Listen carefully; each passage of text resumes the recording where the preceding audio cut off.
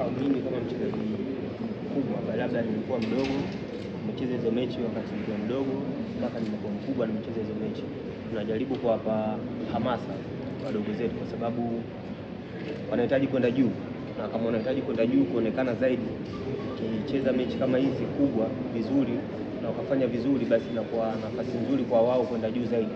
Kwa hiyo hamasa ipo kubwa kwa vijana ambao wanachipukia kwenye timu yetu, na wao wenyewe pia wana hamu na wana hali ya kucheza vizuri katika mchezo huu, kwa sababu ni mchezo ambao unakuja kuangaliwa na Watanzania wengi. Kwa hiyo kama unapata nafasi kama hiyo kuja kuangaliwa na watu wengi, kwamba lazima uoneshe zaidi kipaji chako ili mradi uweze kupata nafasi sehemu zingine. Kwa hiyo kama mimi na kina Saidi na watu wote ambao tunakichuia wako pale, tunawapa moyo sana wadogo zetu na tunawaambia wasio na wasiwasi.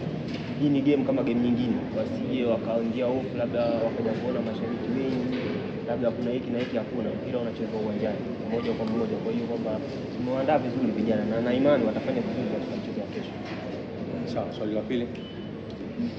Dilunga, kuelekea mchezo wa kesho, tuambie kama wachezaji mmejipangaje? Nikitazama rekodi ya michezo ya nyuma, JKT mmekuwa ni wababe sana, hasa kwenye kuforce mchezo ukiwa mgumu kupata sare.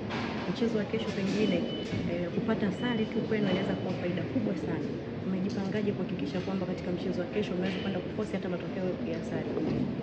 Yes, kama alivyoongea mwalimu, sisi JKT Tanzania, wachezaji, benchi la ufundi na viongozi, lengo letu la kwanza ni kupata alama 3, kwa sababu mpira unachezwa uwanjani. Ukiachana na mambo yote, ambaye atajipanga vizuri, atajiandaa vizuri na atakuwa anahitaji, atakusha, atapata matokeo. Sisi kama wachezaji tumejipanga nia na madhumuni kupata alama 3.